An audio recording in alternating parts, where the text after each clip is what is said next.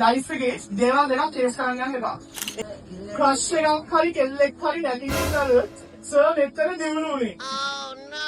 අර ඔගේ. නෑ ඒක වෙනවා නම. හරිද? බලා මන්නන්ට යන්නේ පතර ලින්නුන්ට මේක අනිවාර්යෙන් පරිකඩේ කියපු දුෂ්ට කිට් එකක්. හරිද? ඔගේ. දැන් මේවයි. ඔක මම වන්ටනම් කියනවා. දැන් මෙතන ඉන්න බ්‍රේක් නැවෙන්නවයි. ආන්න. ඔගේ දැන් එහෙම ක්‍රෂ් එකක්වත් කෙල්ලෙක් කරන්න නැති ඉන්න පොල්ලෙක් දිනුන වෙනවද? ඒක උත්තර දෙන්න තමයි කේස් එක කරන්නේ. හරි මම මේක කියන්නම් ඔගේ. දැන් මගේ එක්සැම්පල්ස් මම වල මේක ඉස්සෙල්ලා කියලා දෙනවා. ඔගේ. කෙල්ලෙක් නිසා ගොඩ ගියේ කොල්ලම වැදලා තියෙනවා. සිරා ගහලා තියෙනවා. ඕකේ. ඒකට මටත් පිළිගන්නවා යාළුවෝ ඕනේ තරම් මම ගන්නේ කතාවක් කියලා මම හිතන්නේ.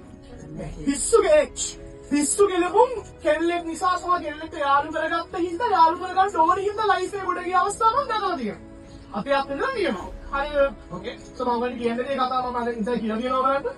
මේ අර මගේ යාළුවෙක් ටික ෆේල් වෙන ලෙවල් එකේ හිටියේ. දැන් මං හිතන්නේ A levels කරලා යුනිවර්සිටි, ස්ටේට් යුනිවර්සිටි. හේතුව කෙල්ල ගෙනාවා ක්‍රමයක් ඒ කියන්නේ රූල් එකක් ගෙනාවා. උඹ O level පාස් වුනේ නැත්තම් අපේ සම්බන්ධ මෙතනින් ඉවරයි. ඌ මොකද කරන්නේ? ඌ පාඩම් කරලා කමර සීරෙන්නේ. හයිනෝ. හරි.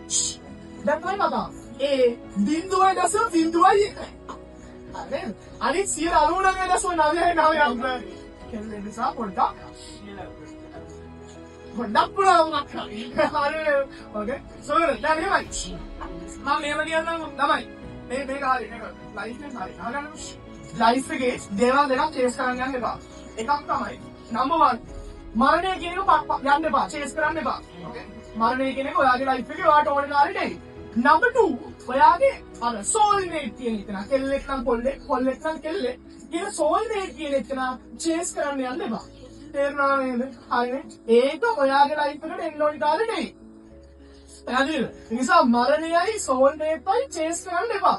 ඒක චේස් කරන්න ගියාම තමයි ඔයාට නැද කියලා වෙන්නේ. මරණයකට පස්සේ හොස් ගාලා නැල්ල යනවනේ. ඒ වගේ සෙට් එකක් හොස් ගාලා සෙට් වෙනවා. සා පන්න අනිත් ඒවා සෙට් කරගන්න ගියාම තමයි ඔයා නැද හිරගෙන ඒවා හිටිනවා වෙන්නේ.